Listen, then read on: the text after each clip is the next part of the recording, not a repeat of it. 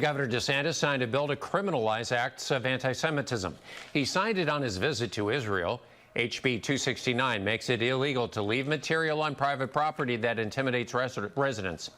Last year, several Gainesville neighborhoods were littered with anti-Semitic flyers. It is now also illegal to project images onto buildings. Now, you'll remember during the Florida-Georgia football game last year, the message "Kanye was right about the Jews" was projected onto the stadium.